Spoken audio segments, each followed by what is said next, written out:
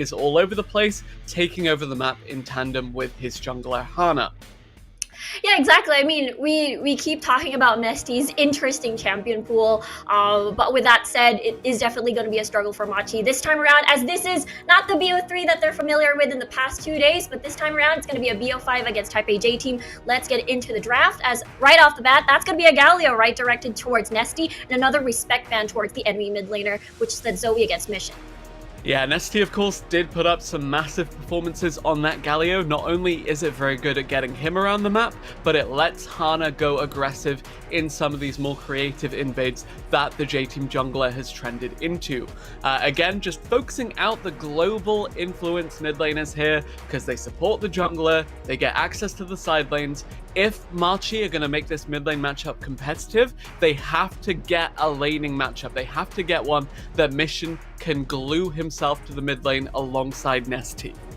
It's perfect too. Machi going to be on that red side as well, as we'll have to see what Type A J team will decide to pick out for Nesty to decide how they can counter out Mission and neutralize him in the lane. And now, yes, Caitlyn being banned as well as set. And with that said, that means, Graves is open for the taking for J-Team. Yeah, very intriguing that we see a jungle first pick here, especially since with 280 carry bans already taken out, we are now looking at Bruce as having most of his relevant pool out of the picture completely. Could see Machi default to a Aphelios Thresh as they have tended to do, or they could take the Ashe. I'd like to see the Thresh alongside it if they really want to make this pick comp kind of happen for themselves. Yeah, exactly. This gives a chance if they do not pick what you mentioned. That means that, Woody can just go back to his old Thresh picks, as now that we see Gemini having to respond with that Graves pick with his go-to as well onto this Lee Sin. And makes me wonder, this is a pretty fast draft, as now we're seeing a very safe hover on towards that Renekton. Yeah, I think the way things are panning out right now, of course, Gemini is very proficiently Sin player. He can run with the Tiamat build if he wants to rival the farming potential of the Graves, but also just go for the skirmishes early. I like the Secure on the Renekton, it's nice, and I think the Orianna takeaway here is very important, because otherwise Machi could take Orianna for themselves, ban out 2 mid laners second rotation, and that is the biggest power play you can make. The issue with the Orianna, though, it glues Nesty to the mid lane, it makes a farm matchup happen, and it puts Mission right back in the middle of his comfort zone. Exactly, this is very, I suppose, uncharacteristic coming from Nesty. Just as you mentioned earlier, would usually go pick on something that can roam around the map, but it seems to me that they're trying to match, at least take away that pick. But then you see Mission back at it again on his Azir, which has been the top and prime pick, and has been proven successful in the spring playoffs. Yeah, there's a very, very prominent formation here. He can be the primary carry of this comp. Bruce maybe look for a pick and then just big setup there. I'm very intrigued to see how the support matchup does pan out here. Do we see Thresh Leona? With the ban of the Bard, it does look like we will see probably Thresh Leona, could see Thresh Nautilus, but that's going to be the name of the game here for these supports, as we do look to ban out more AD carries. Wow, Kalista, I believe, is probably the best option for Lil V here, alongside his Pocket Sivir. Exactly, a lot of focus this time around on the bottom side of the map, furthering and having to put Lil V on a tight leash, I suppose, considering the fact that, Machi already has their own AD carry to begin with. But Lil V, pretty hard to pin down on his champ pool, has a lot in store. But then again, we'll have to see, as Machi's still missing their top side and as well as their support. You did mention Thresh and Nautilus might still be open, but then Volibear is also open for PK as well at top side. Yeah, so Volibear, not necessarily a lane bully as such relative to the Renekton, but he can trade aggressively, especially with other melees. The Renekton needs to save his empowered W to strip the shield of the volley E, otherwise every trade should go PK's way during the all-ins. It's a very get in, get out kind of laning style for Rest here, and while I have no doubt that he can play it fantastically, it still puts PK in an alright position if the Volibear is careful enough with his choice engages. We mentioned the Sivir, we mentioned the Kalista, even gave a cursory thought towards the Aphelios, but this is an early game AD carry that Lil V hasn't really shown too much of. Yeah, Lil V would normally, just as you mentioned, fall back into the usual, fall back into the severe. Only picked Jin once so far in the entire split. I know that's just a hover on the Lux. Got me a little bit excited there, but it seems that they did need that secondary engage for themselves, and they're going to lock in that Nautilus. Thresh is still open for the taking from Machi. Yeah, this Nautilus win rate doesn't look too inspiring, 40% across 37 games, but Woody, in the 6 or 7 games that he has gotten his hands on it, actually won all but one of those games. Actually won all of those games until the last week of the regular split, which is why I remember that stat, because I remember being heartbroken that he actually finally lost on that champion. Speaking of heartbreak though, kind of disappointed we see neither team going for the Thresh here, because it now means that Bruce and Lil V on these relatively immobile AD carries need to be super careful about their positioning now that they don't have the Lantern as an additional escape route. Yeah, exactly. I mean, they'd have to rely heavily on the Emperor's Divide or possibly maybe Gemini's Kick for some sort of disengage. And just as you mentioned, they're quite on the low mobility scale of things, and it's going to be a little bit scary considering the fact that there's a lot of engage when it comes to at least on the side of Type A J team. That being said, very much not a fun time playing Orianna or Jin into Leona. I'm really excited to see how Koala navigates this game, because if you can leave the Ashe alone in the bot lane without fear of just getting all in by Jin Nautilus, the Leona can just walk mid, use Solar Flare every 70 seconds or so past level 6 on the Orianna, and set up for clean kills or at least flash burns from the enemy mid laner. Exactly, and this is game number 1 between Type A J Team versus Machi Esports, a BO5 series. Very excited to see how this pans out.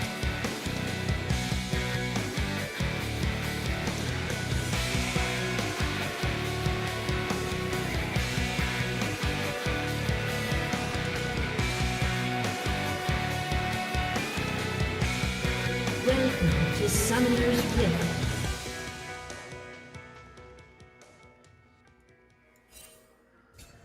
And here we are, again, Type A J Team and Machi Esports. This matchup in the summer season, in the regular split at least, ended up in a 2-0 in favor of Type A J Team. And now we did mention that Machi has been struggling against these faster-paced, high-impact champions, or rather teams, such as Type A J Team.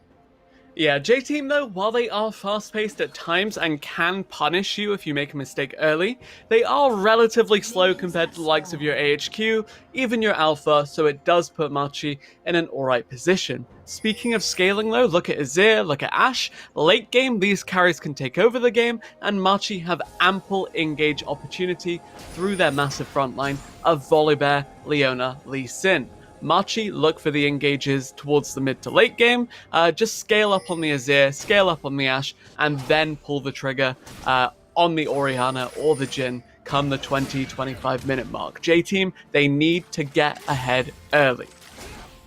Yeah, that has been the name of the game for this team in particular, having to engage early, having to get in the lead early, and they do definitely have the tools to do so. You did mention, that shockwave, and as well as the curtain call coming from Lil V here on the Jin.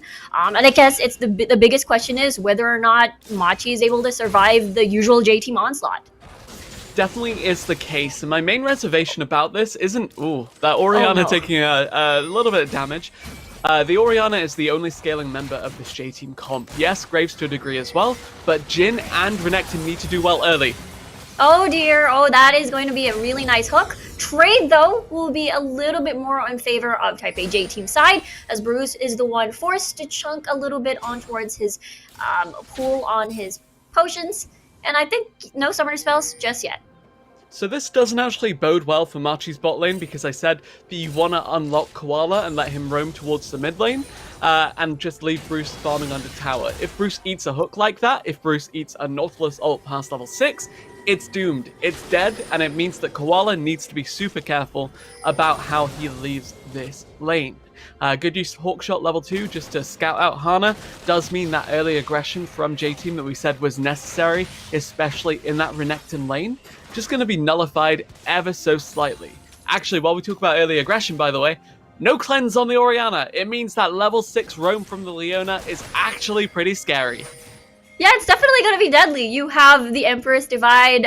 You've got a lot of CC in the form of Koala, just as you mentioned. And right now, Nesty's getting poked really, really hard. And that's not going to be a pretty lane, as Hana will actually butt heads on the enemy jungler as bot side of the map, though. Woody is going to get chunked into incredibly low health, and that's the stun, that's the Q. Flash being used on towards Woody. Great exchange of summoner spells, as that's just going to be an ignite traded towards the Flash. Yeah, Lil V having cleanse here means the heal is not available for J-Team's bot lane. It means in the all-in, they do lose out eventually. Good read by Gemini there to navigate around Hana's line of vision. Unfortunately, with Nesty glued to this tower in the mid lane, it means there's no way to force a kill onto the Orianna, and she will just recall and then TP back into the mid lane.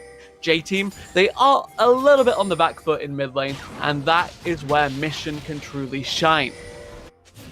Yeah, definitely Mission is going to truly shine, going to have more space to work with, especially when Koala decides to do the roams, if Gemini decides to do the dives, and that means more room to work with on this Dragon Pit for that early objective count on either the Dragon and possibly maybe even the Rift Herald later on. But so far though, Hana has been looking for little bits of opportunities here and there. Unfortunately though, is still focusing on farming in the jungle at the moment.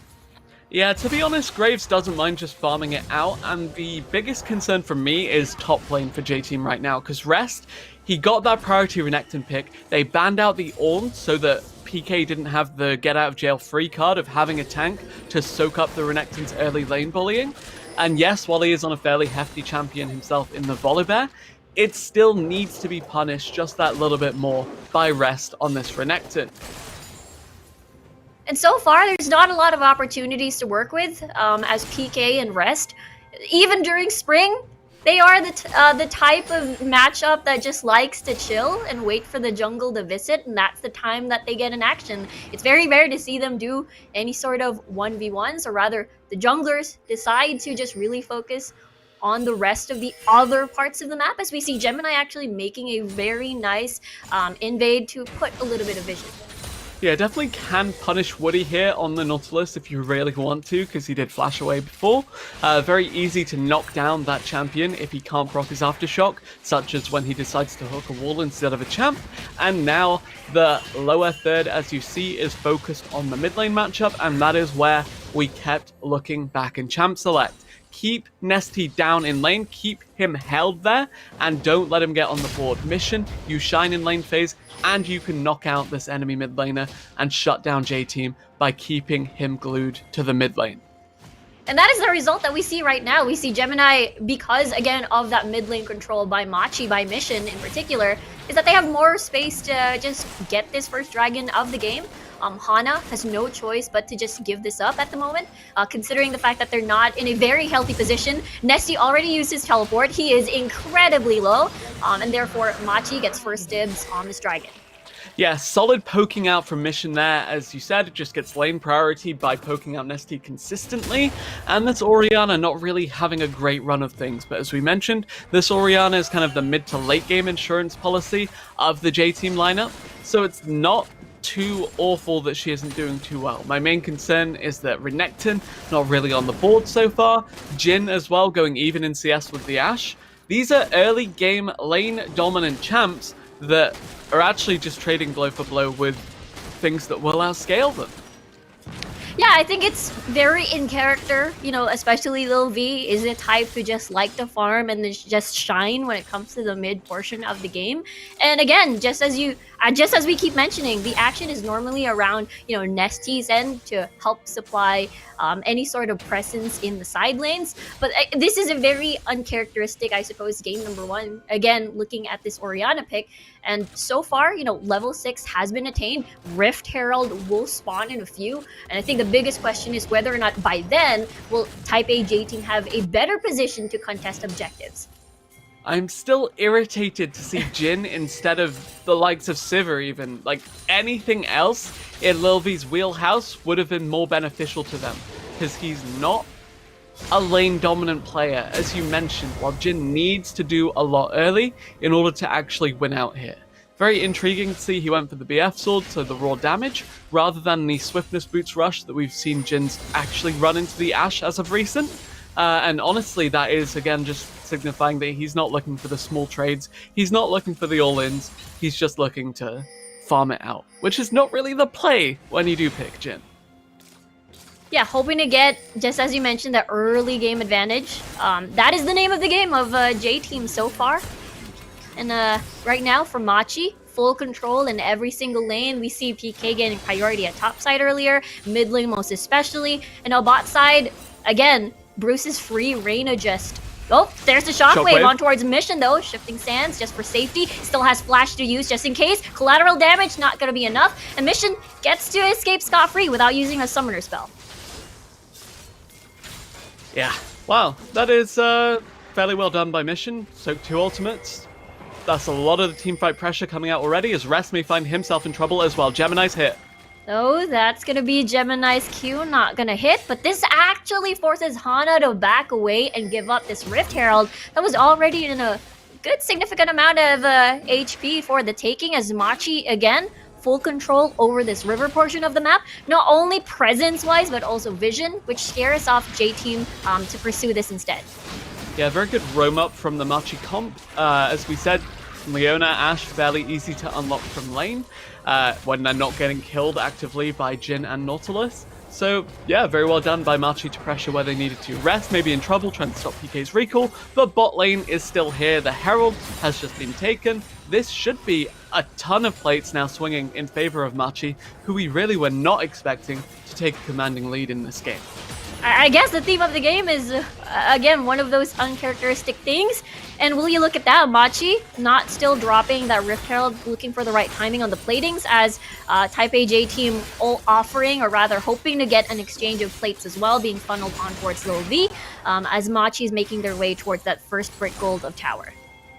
Yeah, Riku, that may be the name of the game, but the name of the league seems to be invalidate Ibriz's predictions as much as possible by having the upsets happen when they shouldn't, and having the, you know, just...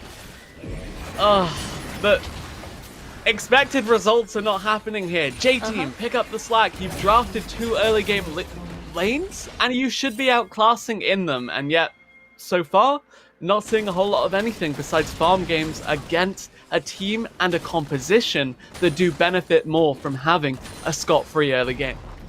And it all boils down again to the mid lane pick, because usually we see Nesty on a pick that is able to pressure the side lanes, because again, normally when you see them as 2s, Lil V and Woody, when you see as a 1v1 Rest at the top side of the map, they usually really need the help of the rest of the members to get ahead. And unfortunately, this composition, or rather for Nesty, not going to be available, as Woody will be able to not connect that Q on towards Mission.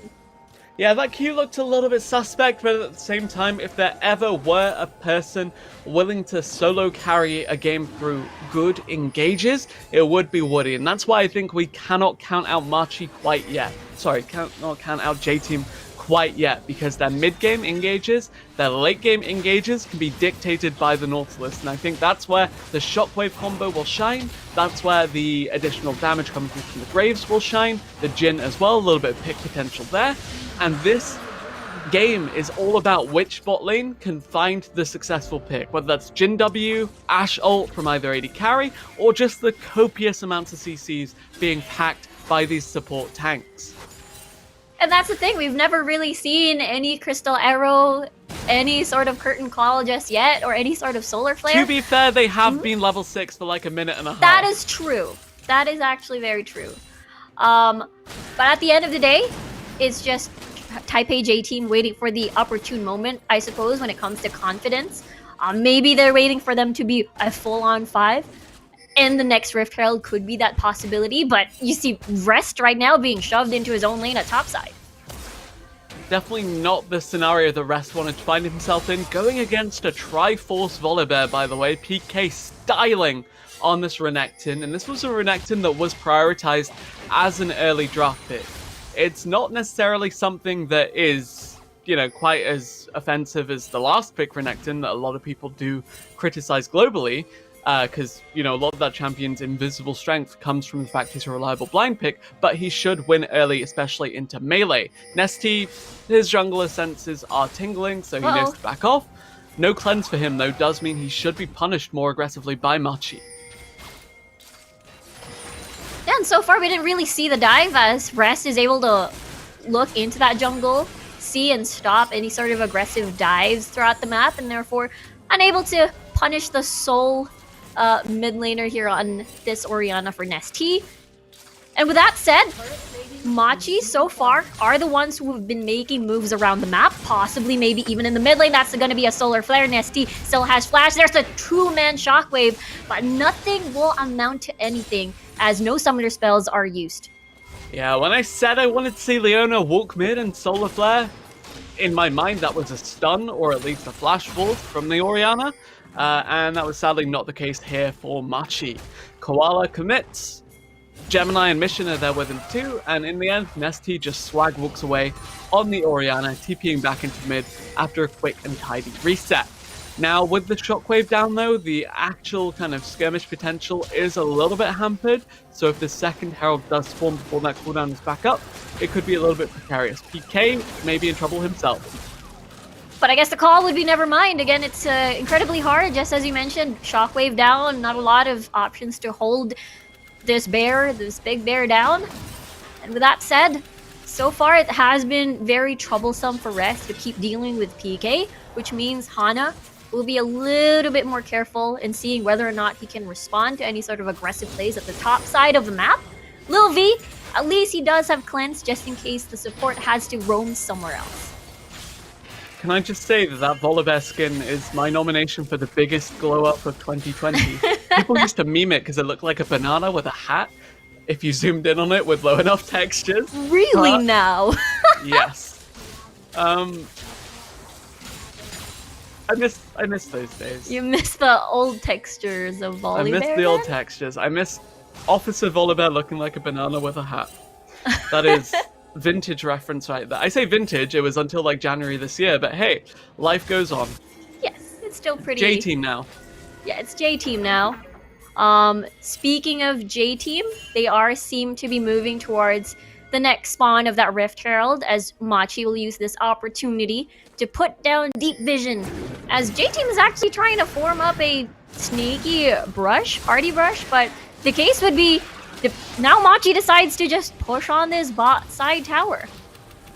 Yeah, actually Machi behind on the rotation though. They kind of and ah about what kind of commitment to make. They fish for Deep Vision on the bot side, and they do commit for this tier 1. Yes, maybe they get tier 1 here, but losing tier 1 mid is a lot worse for you than losing the bot lane tower of J-Team. Yeah, it seems to me that Machi decides to, okay, we'll just have to pursue the bot side portion of the map, and hopefully this would also equate to having more control over the third Drake of the game, therefore making them even closer towards that soul point at least. But Nesty, you're in deep trouble. That's going to be the Zenith Blade and the Crystal Arrow, and as well as the Emperor's Divide. Just for that first blood in the first 16 minutes of the game. Poor Nesty, no escape whatsoever. And that is why we wanted to see the Orianna take cleanse. It's not quite the roam level 6 mid from Leona, it's a roam bot, and it is a good kill secured. PK may be in trouble though. PK is going to do Volibear things, as he's just going to be on Rift Herald duty. But with that said, Type A J-Team losing one member, no teleport as well. And Woody going to be sticking close to the rest of the members of Machi as he's going to Spider-Man his way out. And with that said, Machi now soul point on the next 5 minutes more or less for the next dragon to spawn.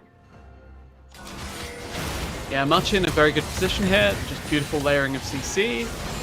Classic, what we wanted to see. Oh, that's going to be an attempt from Type A J-Team. So far, though, not a lot of summoners burned, except for Koala, I suppose, on the flash. And with that said, Type A J-Team not finding the picks or return kills as they wanted to happen in this game. J-Team though, if they do manage to get this tier 1 turret knocked down, it could give them a lot more possibilities for finding picks. Whether that's with the Nautilus, with the Jhin, well, that's about it. Everyone else just wants to kind of get in there and actually fight. And you're looking at both of these comps. They have champs that want to go in the Nautilus and Leona, and the top laners as well. Well, everybody else wants to fight front to back. the carries from each team want to be engaged on. They don't want to engage themselves. And that's why I think this game has kind of been, slow paced when it comes to kills, because both carry threats are A, comfortable scaling, and B, a little bit hesitant to fully commit to a fight that isn't necessarily in favor of them. They need to have the counter engage rather than that immediate in-your-face kind of aggression. Yeah, exactly. It's one of those things where J-Team, they don't want to take unnecessary fights to put them even more behind when it comes to the objectives. And I guess that would be the wise choice, but so far in their attempts, Machi has been playing the very, I wouldn't call it safe game as they've been starting these fights themselves, but they're taking these fights that transition into important objectives, and that's the reason why they've got 3 dragons in their arsenal and already at soul point. This is what we in the business refer to as the 0 damage Jin build, by the way. I cannot recommend this, and there's attack speed, there's crit, there's not much of anything else really, and this is not a champion on 2 items. Yes, it does a lot of 4 items, but for the next 5 to 10 minutes, Lil V not really going to be a champion, and that does mean that J-Team now have to be super careful about what kind of fights they do commit to. If there's a free pick opportunity onto Mission or Bruce, sure, go for it. Otherwise, expect them to be on the back foot and expect them just to seed Drakes, seed towers, seed pretty much everything while they wait for this game to kind of happen. But that's the thing though, for J-Team, they will go into Machi territory as the game progresses. That's where Machi shines as a team. And J-Team is just really, I wouldn't really say risking it, but it's more of that's their approach into the game so far. As 20 minutes in, 1 kill so far. You've got mid lane still pretty much intact with at least Machi's tower is about to fall down, and for Machi, they're going to be happy just waiting for the next Infernal Drake to spawn for their soul point. Oh! And with that said, look at that, Crystal Arrow, that's the cleanse finally getting baited out of Lil V. Yeah, this is the late game Jin build, so definitely do expect J-Team to just hang back, wait it out, scale towards Machi's comfort zone, and honestly, Machi are in such a better position relative to their opponents right now that J-Team, not much you can really do. As we said, they have to give up objectives, whether that's Dragon Soul in 1 minute, whether that's potential Baron, Tower, all of that really. Thoroughly unimpressed with how J-Team are playing this one out so far. Definitely think that J-Team are actually playing like we expected Machi to play so far, and Machi thriving because of it. Yeah, very opposite. There's the kick, and Lil V will just go and stasis. The teleport coming in as Gemini will try to reposition. Lil V very low, but he's still safe for now, but Gemini just explodes. The shockwave unfortunately did not hit anyone, but with that said, PK still pursuing with the hunt, and he's going to be the next one to fall down as Woody is going to be golden. Koala trying to reposition as well, trying to wait for cooldowns, as we see that Bruce will fall from Lil V's curtain call on that last shot. And with that said, J-Team still pursuing with the chase, and that's going to be a 3-for-nothing exchange in favor of Type A J-Team. One big overcommitment from Machi and one big throw that J-Team are happy to capitalize on. They hard commit for this 0 damage Jin, and they lose accordingly. Ashe wants to fight front to back, Azir wants to fight front to back, and yet they hard commit for this to the point where the carries can't deal damage, they're getting kited out, they're splitting up, they're getting picked off. Shockwave going wide wasn't enough for Machi to win this fight. Yeah, and look at that immense amount of damage, and that leaves for Machi, even though they're already full 5s, despite having to lose that fight, for J-Team, they're able to at least deny that soul point away from Machi. But at least we see Machi making moves still, trying to get that momentum back as Koala's going to get chunked a little bit. Crystal Arrow will just fan out as Woody will miss his Q as well from that engage. And now it's going to be a little bit of dance. Oh no, look at that Bruce. That's going to be a shockwave, and Koala's going to be in the middle of it all. And now the 80 carry is gone coming from Machi. And with Woody in the middle of it all as well, is going to die, is going to fall. That's going to be as well a Emperor's Divide as Rest will try to escape, but there's going to be the bear to hit him down. That's going to be 3-for-1 exchange, and only the 80 carry falling for Machi's side. Yeah, the Volibear W execute there, just taking rest by surprise, and the rest of J-Team falling as well. Lil V, yeah, your positioning's a little suspect. You did dodge out on the arrow, but you still have no cleanse, no flash versus Leona. This shockwave was awful. It hit Leona, who's already... Yep. It didn't even hit Leona! It was just on himself. This is not an ST champion, and it is showing. And Mission is winning hard because of it. Exactly, and I mean, unfortunately, that could have been a huge playmaking shockwave, but it went towards the opposite end, and now Machi is back on track. They will be definitely happy about that result of that fight. Yep, got Baron off of the back of that one, and now Machi are in the driver's seat. Pull the trigger on the Leona engage, Lee Sin engage, maybe even an Azir engage, but just be a little bit more conscious than that kind of bot side throw we saw in in J-Team's red side jungle. Be super respectful from this point onwards if you are Machi, but still fish for picks. Cleanses back up for Lil V, so J-Team pressure's a little bit alleviated, but this Baron gonna be hammering down at them if the siege does continue. Seems to be the case as Machi is now trying to get more resources away from J-Team, as they do have that advantage from earlier, as well as having the Baron to see how far they can get off of this value.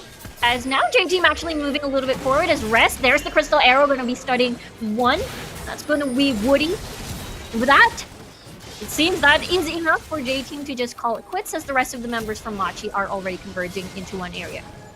J-Team have the potential to win a fight if the shockwave is good enough. Oh no, that's going to be a shockwave combo, and Mission just gets obliterated right off the bat, and Koala is going to be in no man's land, and that's going to be the second kill for Taipei J-Team. And look at that, Machi aren't able to get that Baron into fruition. And if we needed an engaged support to get behind, Woody on his signature Nautilus would be it. Very, very good pick onto Mission there. Emperor's Divide be damned, just thread the dredge line and knock down that Azir in the mid lane. Shockwave came out, very nice. Mountain terrain, infernal terrain. Still kind of, it's a mild inconvenience at best. And yeah, J-Team more than happy with how that one panned out. For sure, as again, I think Mission was a little bit comfortable, I suppose, having to steal away the blue buff in J-Team's jungle. But then again, the rest of J-Team had the capability to collapse. And I guess this isn't really the first time you've seen Mission getting caught out alone. And with that said, maybe Lil V might be the next one, as Cleanse will be used and he's going to be still safe and sound. Yeah, it should be Solar Flare bait from this point onwards, though. Cleanse for Lil V plus the early Banshee's itemization from Nesty mean that the carries theoretically should be a little bit safer from Koala's engages, but with both of those on CD now, it does mean J-Team have to be a little bit careful of just how far they face check. With those deep invades from Machi being punished, though, with the picks that J-Team did find, it meant the Baron Storm has been weathered. And Machi now just trying to push out as many lanes as possible while they look for this Infernal Soul in 30 seconds. Exactly, J-Team will be happy to breathe a little bit more. A little bit more, up until 20 seconds, I suppose, as Machi Look has at that Baron dibs. power play, Riku. Very sad. Minus 400.3. Here, though, in the mid lane, they're going to do a little bit of dance with Woody pushing a little bit forward. Q will not connect. W as well. Unfortunately, or fortunately rather for J-Team, they're able to scare off Machi. Oh, never mind. Hold that thought, as Rest will just try to pursue, exchange blows on towards PK as he chases and isolates Rest at the side of the map, as J-Team is actually a little bit further. Rest will use his flash though for safety. That's going to be like 1/4 health already on towards the dragon. Will there be steal? And that's going to be a nice take on towards Gemini. That's soul point right for Machi. Shockwave just to try and disengage. They're able to get one at least. But so far, none of the supports exist anymore for both of these teams. You know, Machi, very happy to take that and just get out. Bit of a flub on the Emperor's Divide to start that one off for Machi, but they are more than happy with the re-engage and the subsequent steal that they did secure for themselves. Shockwave onto Koala alone meant that J-Team had no chance at all at turning that one around, but because Ashe and Azir were not really in any position to actually fight this and deal damage, it did mean that J-Team had the advantage in the straight-up fight.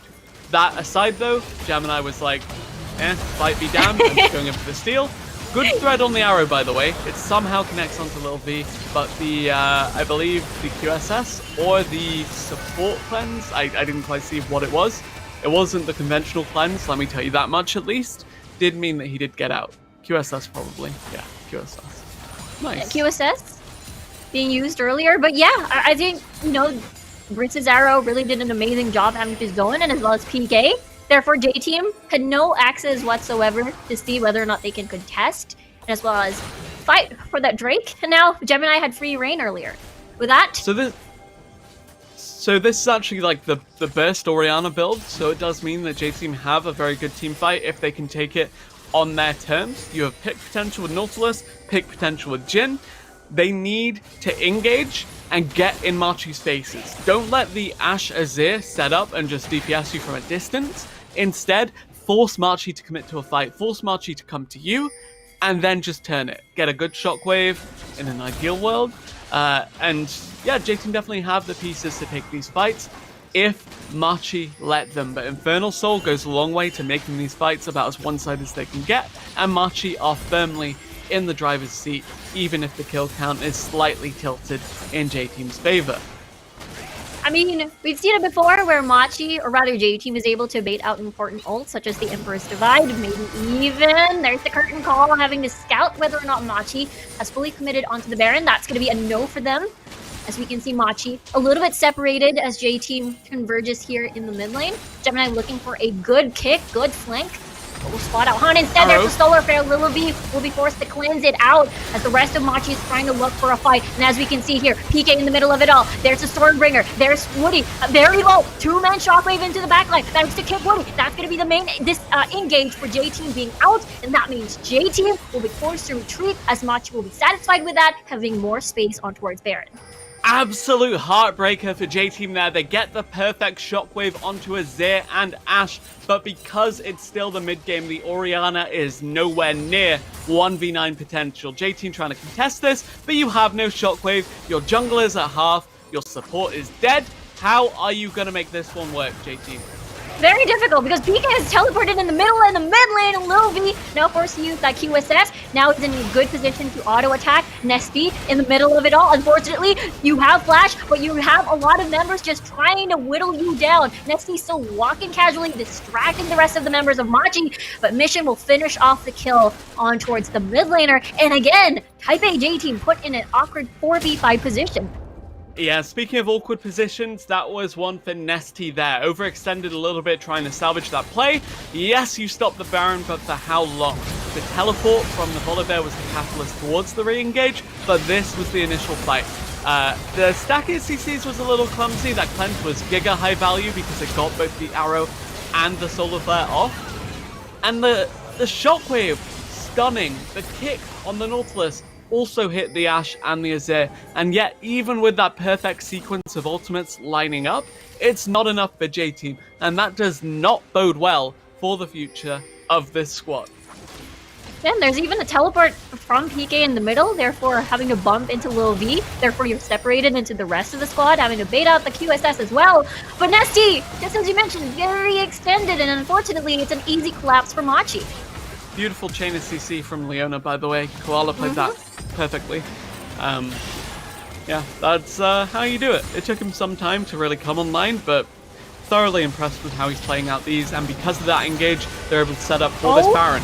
Wait, Gemini, though, is going to be obliterated by the rest of J-Team, but that's going to be mission accomplished as Machi just kept pursuing, kept hitting that Baron. Even though it's a 4v5 temporarily, they still managed to get what they needed. And actually, just looking at the state of the game right now with that Baron take, despite losing their jungler, it is a good position for Machi to be in. J-Team desperately need to set up vision around this Elder, otherwise this game is doomed. We mentioned the Jhin didn't really deal damage with this build until 3 items. He's at 3 items now, so hopefully we see Lil V show up. And the main issue I have right now is that this Renekton is building damage. even though his only function from this point onwards in the game is to be a meat shield or an engage for the Orianna/Jhin. And that's going to be troublesome in the next Elder Drake spawn, just as you mentioned. You might just explode from all the damage sources coming from Machi, considering the fact that they have a lot already stored in their inventory, I suppose. And with that, even though J-Team is able to at least get Gemini right off the bat, Machi still has first dibs on this area. So now J-Team having to still get that Vision War down. So yesterday in Alpha Bajaya, we saw an Ashe with 3 defensive items. This time around, Ashe with 0. Bruce, trusting in this Leona, says, look, I don't need a Lantern from Thresh. You guys just invade, you guys just play front to back for me, and I will deal the damage from a distance. The Machi comp has so much DPS packed into it, their objective take is insane, their team fighting is insane, and unless J-Team get the miracle fight again, and it didn't even go their way the last time they got it, it's a really uphill struggle from this point onwards for the side of J-Team. Exactly, and it all boils down to what happened earlier. Machi, full control at the beginning of the match, is able to put J-Team in an awkward spot to not exchange kills, not exchange objectives. That's the reason why we see Machi now taking this Elder Drake. They have first dibs, no vision whatsoever for J-Team. Koala gonna be in the middle of it all. Shockwave's gonna get baited out, but that's a flash in exchange for that. 50% more or less for this Elder Drake. And with that, Rest actually getting zoned out by PK is an incredibly low health at the moment. PK is able to tank, is able to bother the backline. There's the critical arrow, and there's the Stormbringer just for safety. Would he just explode and he's gone? That's gonna be a 4v5. And with that, Machi is able to juggle this properly, and we can see Rest having to go back to base. Hana incredibly low as well. And with that, teleport at least for Rest and SD if they want to take this long way in. Elder Drake is going to reset though. That's going to be very awkward for J-Team as they're not able to get that retake on that position. Yeah, J-Team though, they did well to get mid-prio and bot-prio. Means this commitment's a little bit shakier from the side of Machi. But they're still going to go for a Gemini! Look at that kick! Beautifully done! It eliminated Nesty right away. PK is able to teleport and rejoin the fight as well. Try to zone out the backline of J-Team, but look at Hana, incredibly low. He does have flash if he does want to try and steal out this Elder Drake, but PK is definitely keeping them busy. Machi also in very dangerous territory in terms of HP, and with that, they have a lot of poke to work with the soldiers. This is so extended, and we look at that. Hana is eliminated from this team, as we can see Machi getting that Elder Drake as well, and Rest the only one left to try and run away and save his life. And PK, hero of that fight, zoning 3 people constantly at the start of it, at the tail end of it. This Volibear is huge, and coming into this, we said the top laner of Machi. He has looked suspect at times, but this summer has been his renaissance. He is the one spearheading their victory this game, and he is the one helping them secure this mid lane inhib and potentially the game. Insane juggle when it comes to that Elder Drake, and now that's still 2 seconds on the clock for the rest of the members to spawn. There's the Stormbringer. Look at that! 2 towers disabled. Gemini with that kick is able to kick out Nesty, and look at that. Elder Drake doing a lot to help Machi at this point of the game. Emperor's Divide just to top it all off, as Machi is able to take game 1 against Type A J-Team in this BO5 series. And we said, look at the mid lane matchup as being the biggest difference between these two teams. Nesty has looked insanely consistent, insanely strong, insanely valuable for this J-Team lineup, and yet it was Mission who played in his comfort zone, took the lane phase, extended it, and just outscaled all the way through. Consistent teamfight damage, consistent secondary engage potential, and Nesty, the shockwaves were underwhelming half the time. They were 0 damage when they did connect onto the right targets as well. And just this Orianna never really got on the board. Masterclass in counterplay from the side of Machi. Yeah, Machi, I mean, when we look at Machi, we always say, okay, they're going to be doing a lot of things when it comes to the mid to late game, but they had full control at the beginning of the game. Therefore, Type A J-Team seemed, you know, they find it a very strange, not familiar at all situation for themselves. And especially, again, it's a 2-0 supposedly from J-Team when it comes to the regular season, at least against Machi. Yeah, definitely have to consider that one a bit of an upset, but at this point, I'm like, alright. If I predict something, the opposite is going to happen. Let's be real at this point. But, yeah, here was a solid pick onto Bruce, but a lot committed for a stopwatch. And yeah, the Shockwave Club, really the nail in the coffin for this fight for the side of J-Team. It looked okay, but then they did kind of clump up in the Azir damage. Ash loves fighting front to back as well, going to die. Yeah, Azir, Ash, if you engage into them, you have to kill them, otherwise they will just freely DPS you down. Exactly, not a lot of backline access, I suppose, for the side of Type A J-Team. Therefore, Mission and Brutes is able to free reign at the backside. And again, look at that. 4 Drakes having to being secured. Elder Drake, 2 Barons from Machi, full control, and J-Team seemed they had no chance of coming back from the game. Yeah, and going into this series, we said it would be the solo lane show. Not only is Nesty looked head and shoulders above Mission when it comes to roaming, when it comes to moving around the map, which, by the way, he didn't do it all this game, but also Rest looks like the best top laner in this league by a long shot, and yet PK, that rising star, back in business, coming into his own yet again, just completely styled on that priority Renekton pick this game. Yeah, exactly. I mean, when we look at Rest and PK, normally, not a lot of kills going on at the laning phase at least, but PK is able to really show up. And with that, Mission, 100% kill participation, 816 on the board. Yeah, Mission, we said his laning was his strength, and that's why Machi placed so highly in spring, but did struggle in summer, are struggling in summer. But by the looks of this game, they're not struggling at all. They're having a good time, and they are just living for it through this man in the mid lane. Mission on the Azir, tons of damage, tons of comfort zone, just doing his own thing. Exactly.